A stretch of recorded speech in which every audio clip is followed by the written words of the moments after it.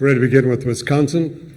We have student athletes John Tonje, Mike Klesmit, Stephen Crowl. And we'll now open up for questions for the student athletes.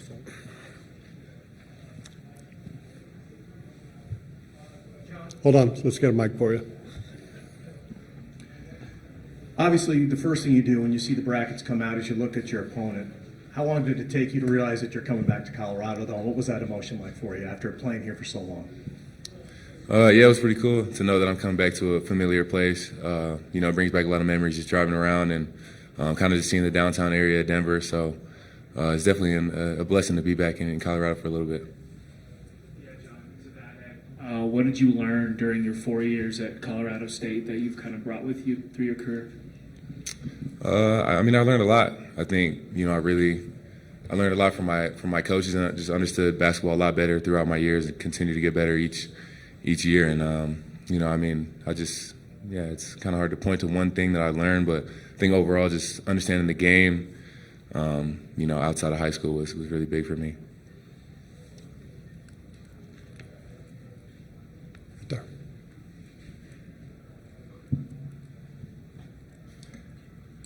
Sorry to keep harping on CSU, we'll do one more. Have you heard from any of your former teammates, coach? Are you also kind of keeping an eye on them? Because in addition to you having success, they're having success. Yeah, for sure. Some of they're still my guys. I watch their game, and super happy for them to see them, make that run at the end of the year and, stamp their names in here and get in March Madness. So it's awesome. I'm pretty sure we're both pulling for each other and just happy to see each other here. Back there. All right, sorry guys. One more for John. What a ride you've had as a career. Where did you think you would be at this stage of your life years ago? Could you imagine yourself being almost 24 and still playing college basketball? No, but I wouldn't trade my journey for anyone else's. I think I'm super blessed to be in this position. Obviously, I didn't really expect to have a 6 year. It just was the cards I was dealt last year, and that's what God wanted me to do: have an injury and come play for Wisconsin. So I'm not second guessing it. I love it here, and it's been a blessing. Right there. Go ahead. All right, I'll mix it up. Max, Wisconsin fans travel pretty well when you guys are on the road. What do you hope the environment is like tomorrow, and how can that maybe help you guys in this tournament? Yeah, like you said, the Badger fans travel well. Remember a couple months ago when we were in Greenbrier for the Thanksgiving tournament, how many Badger fans were there and how loud that got. So it should be electric. I think we're super excited. I've never been to Denver before, so it's cool to see a new venue, get out here, play where the Nuggets play. But it'll be a sea of red tomorrow. We're excited to see, and we're happy for the opportunity.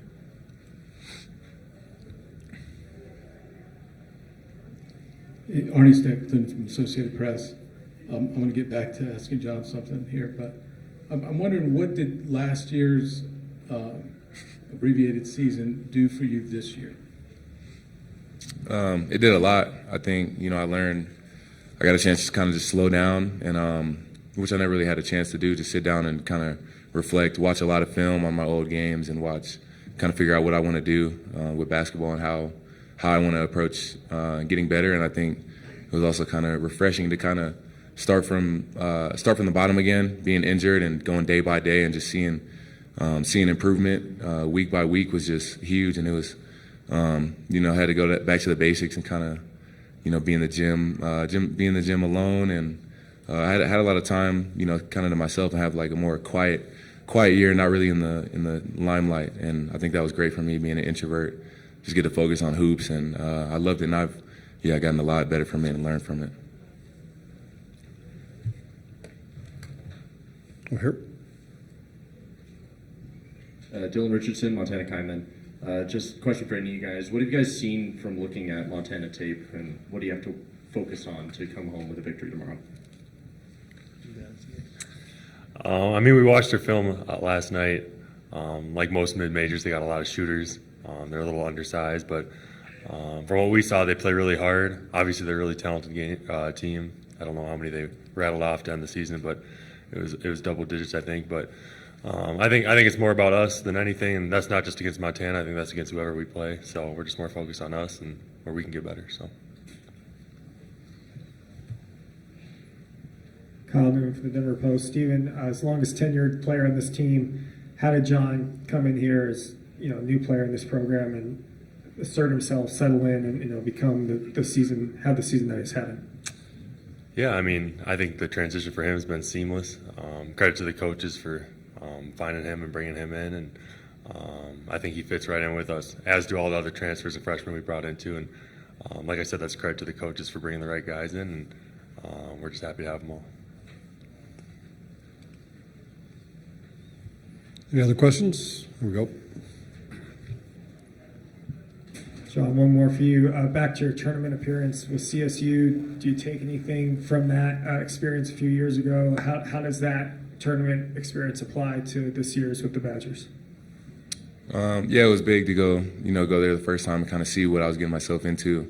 This time around, I kind of know what things are going to be. There's a lot of media and a lot of flashy things going on outside of the game, and I think this time around, I just want to kind of find a way to just calm the storm and just focus on basketball. At the end of the day, that's what it is. Even though there's a lot more going on, and you can kind of tell that, but I think that's one of the things I'll be telling the younger guys in the locker room, that just another day of hoops, and just approach it as that. Let's go here first. Question for any of you. Have you talked at all about the altitude and what that may either affect the way that you guys try to play or try to prepare for the game, or is that something that you're just going to figure out when you're in the middle of the game tomorrow? No, I think we're prepared for it. It's kind of one of the things we thought of right away, but I think we got really good trainers, really good strength coach, strength and conditioning program here. So I think we got the right people taking care of us, and we're in the right hands. So everybody's prepared. They got to play in it too. It's not just like we're going to be the only ones playing in the high altitude, but I don't know. I think it's something to kind of look forward to, something that we haven't really had to think of or deal with before, and I think it's a fun, new, challenging opportunity. Arnie Stapleton from AP again. John, what was it that drew you to Wisconsin? What was it about Madison or the school or the team that you chose the Badgers? I'm sure you had a lot of opportunities to go anywhere. Yeah, I chose Badgers because they believed in me, and I also wanted a chance to challenge myself and come to a Power 5 school. A lot of Power 5 schools didn't really know if I can compete at that level this time around in the transfer portal just because of the injury. But Wisconsin really just did their homework on me, and they believed in me and gave me a chance that I'll forever be in debt for. So and the coaching staff and just the culture of Wisconsin, just being able to watch them in their March Madness runs a couple years ago, and just seeing how big basketball is, and wearing this jersey is just, it's a blessing to be here. It's surreal. Any other questions for our student athletes? Okay, we'll dismiss them at this time. Thank you, man. Appreciate it. Coach will be right out.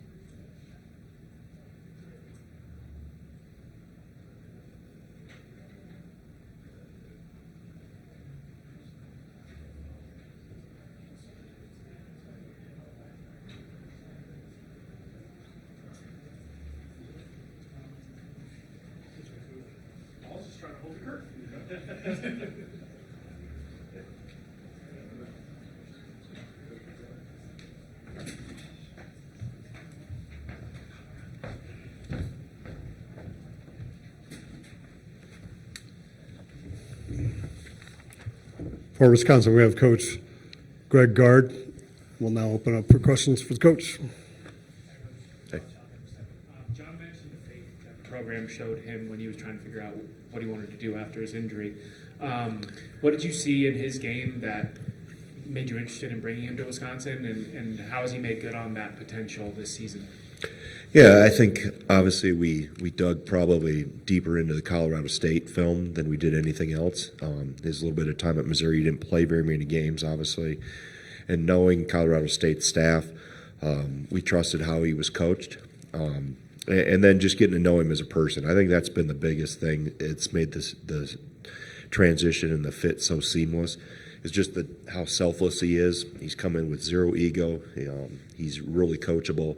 And you would think in this day and age, a guy that's coming in his 6th year, third school, that he'd come in with a lot more answers and questions, and he's been the exact opposite. He's been a great teammate.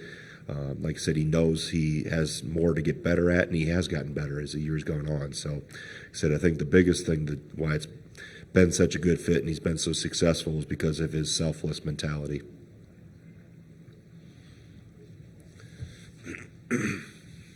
Coach Kyle Noon, Denver Post. So a follow-up on John. I mean, he started just one game across his first 2 seasons at CSU. Obviously, by that final year at the Rams, he was a starter. Goes to Missouri, gets hurt. Did you foresee this big of a leap to the season that he's having, or has this even exceeded your expectations of what he's done? Yeah, I don't think anybody would have projected this. If they did, they're not telling you the truth. I think just as I mentioned earlier, just how he's gotten better as the year's gone on. And when he came in June, we started our summer workouts. And it took him quite a while to really, I think, be comfortable. And obviously he's learning a whole new system, a whole new locker room of teammates, a whole new coaching staff. And it took him, quite frankly, probably into the early fall to really kind of get his feet on the ground. And then as the season started in, October, he had work to do defensively, and he's made great strides on the defensive end. And then offensively, I think the system has helped him. It's put him in great position to have success. I think his teammates and how we're able to spread the floor. And then his maturity, his experience. He's steady Eddie. He doesn't get too high, he doesn't get too low. And like I said, just the selflessness that he plays with, I think, and how he approaches every day. He's a worker. He's a gym rat, and he's self-made because he hasn't come. The story of his background I think was on the B team as a freshman in high school and didn't get recruited very hard out of high school. He's had to work to put himself in this position, and when you have people like that put in the time, commit, and come the long, hard way, I think it's even more gratifying when you see them have success, specifically in today's world.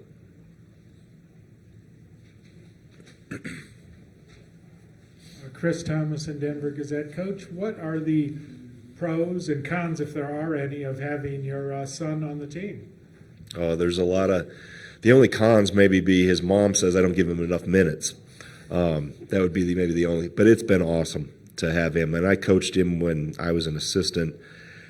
We had some of his buddies on an AAU team that I put together when he was like in 4th, 5th, 6th grade, and that was a blast to have him and coach him there. And I think we both kind of always said if we ever had a chance to do it together in college, we would do it. And he had opportunities to go to smaller schools and play in other places, and just said, "Dad, I wanted to be with you." So that I have to continue to remind myself, how special that is and how fortunate I am and we are to have this time together. Because as a coach, your family sacrifices a lot. They give up a lot of time because of the travel and just what the profession demands to be successful. And I'll never get all that time back that I missed when he was younger, but I'm trying to maximize the quality of it right now. And it's been awesome to walk in every day to see your own son, and he's fit great. I mean, he's been, it's hard, I'm sure, for him being the head coach's son and with all his teammates, but he's just one of the guys, and I'm excited for him and obviously his teammates, and just very grateful for this opportunity to have him with me. Dylan Richardson, Montana Kaiman. Coach, looking back to last year, you guys got upset by James Madison in the first round. What are you doing differently this year to avoid that again? Well, I think we're in a better place from a health standpoint. We were a little banged up when we came out of the Big Ten tournament last year. I think we're built differently as a team. I think our depth and kind of how we play is a little different. We've evolved offensively over the last 2.5 years, and I think we've also come down the stretch here from really early February on with a plan to be ready and ready for March, in terms of how we've scaled back things and our recovery techniques and what we've put in place to help our guys continue to get better. But, in March, you have to play what's in front of you, right? And we had a heck of a run in the Big Ten tournament last week. We're one of the few leagues that finishes on Sunday. So if you're going to play and chase a trophy in that, you're going to end up playing on Sunday. So, I think a quick turnaround is actually good for us. I think we've had some pop to us. I think the tournament was good for us, Big Ten tournament. We got our defensive bite back, and I think our recovery and our plan of how we wanted to approach once we got to this month is right where we need it to be. And then a follow-up to that, coming to Denver and playing at elevation, what is your guys' plan for that? Yeah, we've done some, in terms of the recovery and the preparation, we've done some things to help them with that. And, I haven't made a big deal about it because I don't think it's a big deal. We'll acclimate to it, and we've already been working in that process. So it's not going to be any type of an excuse you're going to get from us that it's we played in a lot of different places. We played in really hot gyms. We played in cold gyms when they couldn't get the air conditioning shut off. We've seen a lot of different environments. So we got to go play a really good team. That's the bottom line. Anything else? Okay, thank you for your time, Coach. All right, thanks. Thank you for attending this morning. Hammond Communications will post a recording of this press conference on the NCAA Digital Media Hub at ncaaveritone.com. Transcripts are also provided by ASAP and will be posted shortly. Thank you.